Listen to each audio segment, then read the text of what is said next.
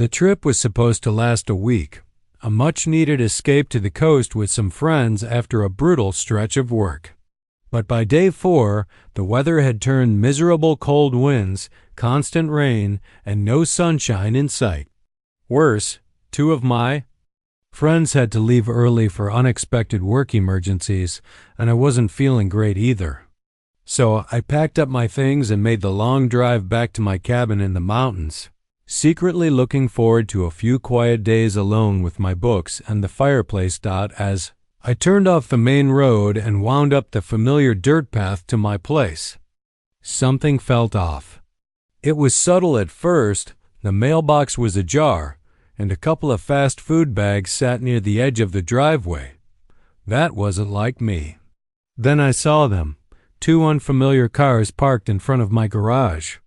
I slowed down, squinting through the windshield. One was a minivan, and the other looked like a rusted-out sedan barely clinging to life. I had never seen either of them before. I pulled up slowly, putting my truck in park and stepping out. The sound of children's laughter hit me like a slap. My stomach dropped. I walked toward the porch and noticed a small tricycle tipped over near the steps. A pink backpack was propped against one of my patio chairs. I didn't have kids. I didn't have visitors. And I definitely hadn't given anyone permission to be here. My cabin was supposed to be empty. As I reached the front door, I noticed the blinds had been drawn open. The view inside revealed movement, people. Someone passed by the window with a drink in hand. I knocked firmly, my jaw tight. No answer. I knocked again, louder this time. After a long pause, the door finally swung open. Standing there, as calm as if she belonged, was Karen Wexley, president of the HOA. She was wearing my robe, the one I kept hanging in the bathroom. Behind her, I saw kids on my couch, a man rummaging in my kitchen, and a half-finished puzzle spread out on my dining table. "Back early?" she asked, smiling like nothing was wrong. I was too stunned to speak. I stood frozen on the threshold, struggling to process the scene in front of me. Karen HO at President Karen stood there in my robe like she had just finished a spa treatment. Behind her, her teenage son lounged on my couch, flicking through channels on my TV. A younger girl, probably no older than 8, was finger painting on the coffee table without anything underneath to protect the wood. A man I assumed was her husband had his head halfway into my fridge, helping himself like he lived there. "Karen," I said slowly, "what are you doing in my house?" She blinked at me, unbothered. "Oh, we didn't think you'd be back this early. We thought you were out of town until the weekend." "I was," I said, my voice tight. "I came back early." "And again, what are you doing in my house?" Karen gave a little sigh, like I was the one being unreasonable. "Well, when the HOA board realized your place was going to be empty for a while, we agreed it made sense for someone to keep an eye on it. Squatters, you know, animals, unpredictable weather. We just didn't want anything to happen to it." "You mean the HOA gave you permission to stay in my house?"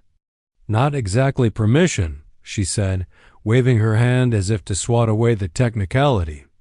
"More like ... a mutual understanding. Besides, it's not like we're doing any harm. We're just using it temporarily. You weren't using it." I took a slow step forward, trying to keep my voice even. "Karen, this is my private property. You broke in. That's trespassing." She rolled her eyes. "Oh, don't be dramatic. The back door was unlocked. That's practically an invitation in this neighborhood. And honestly, you should thank us. We've been keeping it clean, making sure the pipes didn't freeze." I stared at her in disbelief. "You've been living here." "Well, not permanently," she said with a shrug. "Just a few days. We figured no harm done. You weren't here. And you didn't think to call me? Text me? Ask permission?" She crossed her arms. "You've always kept to yourself. I didn't think you'd mind a neighbor looking after things. Besides, We're part of the same community." I felt my hands clench into fists. This wasn't a misunderstanding. This was theft. Plain and simple. Karen didn't move from the doorway. She just stood there, arms crossed, wearing my robe, acting like she owned the place. I could feel my heart pounding in my chest, half from shock, half from anger. Behind her, her family continued living in my home like it was a weekend rental. My cabin had turned into their personal vacation spot, and I hadn't even been told, let alone asked. "I want you all out." "Now," I said, trying to keep my voice calm but firm. Karen tilted her head and gave me that condescending smile she always wore at HOA meetings, the kind that made you feel like a child who just didn't understand the rules. "You're blowing this out of proportion. We didn't break anything. We're not trashing the place. We even brought our own groceries." I glanced past her into the kitchen and immediately spotted 2 of my wine bottles open on the counter, half a loaf of my artisan sourdough cut into thick slices, and my cast iron skillet on the stove, still greasy with someone's breakfast. "Really?" I said, pointing. "Because that's my food, my wine, and my cookware being used right now." Karen didn't even flinch. "You had things that were going to go bad. We figured it was better not to let them spoil. And the wine? It's been here for a year. I assumed it was for entertaining guests." "Guests I actually invite," I snapped. Her husband finally appeared behind her, offering a weak wave and a sheepish look, but said nothing. The kids didn't even seem to realize something was wrong. They were too busy fighting over the remote. I took another step forward, and Karen immediately raised her hand like a crossing guard. "Now hold on," she said. "You're making this hostile. If you keep acting like this, I won't have a choice but to involve the authorities." "You're upsetting the kids." I stared at her, speechless. "You're threatening me? In my own house?" She nodded, cool and smug. "It doesn't have to be a scene. You weren't here. We were simply looking after the place. The HOA charter says members should look out for each other's properties. I'm just doing my part." That's when I knew this wasn't ignorance or a misunderstanding. Karen had convinced herself she was entitled to my home, my food, my space just because she had the power to get away with it. Karen's threat hung in the air like a thundercloud. I stared at her, unable to believe what I'd just heard. She was standing in my house uninvited, clearly trespassing, and now she was warning me not to cause a scene or she'd involve the authorities.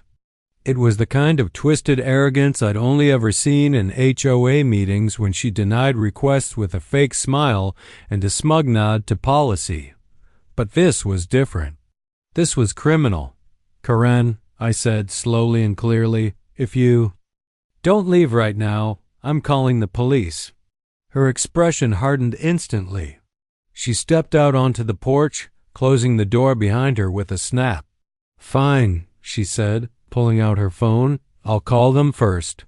For a second, I thought she was bluffing, but then she actually did it. Right there in front of me, she dialed 911 and reported an agitated man trying to force his way into a residence with children inside. I couldn't believe what I was hearing. She spun the entire situation like she was the victim. "Yes. He's yelling," she said into the phone. "I don't know if he's armed, but I'm scared. Please hurry." I stood there, dumbfounded. She was setting me up. I didn't raise my voice, didn't touch her, didn't even step toward her, but none of that mattered. She knew exactly how to play the system. Within minutes, the sound of sirens echoed through the trees. 2 sheriff's deputies pulled into the driveway, lights flashing. Karen waved them over, putting on her best performance. Trembling voice, wide eyes, even the fake tears. "That's him," she said, pointing at me. "He's trying to break in." My kids are terrified. The officers approached cautiously, one hand near his holster. "Sir, we need you to step back and keep your hands where we can see them." I complied, but my voice was firm. "This is my house. My name is on the deed. She's the trespasser. Karen immediately interjected. He just showed up out of nowhere. My family's been staying here with the HOA's knowledge. He never even told us he was coming back. The deputy looked at me. Do you have proof of ownership? I have everything, I said, pulling out my wallet, deed, utility bills, security footage. You're going to want to hear this whole story. Karen's face paled just a little. Reality was about to catch up with her.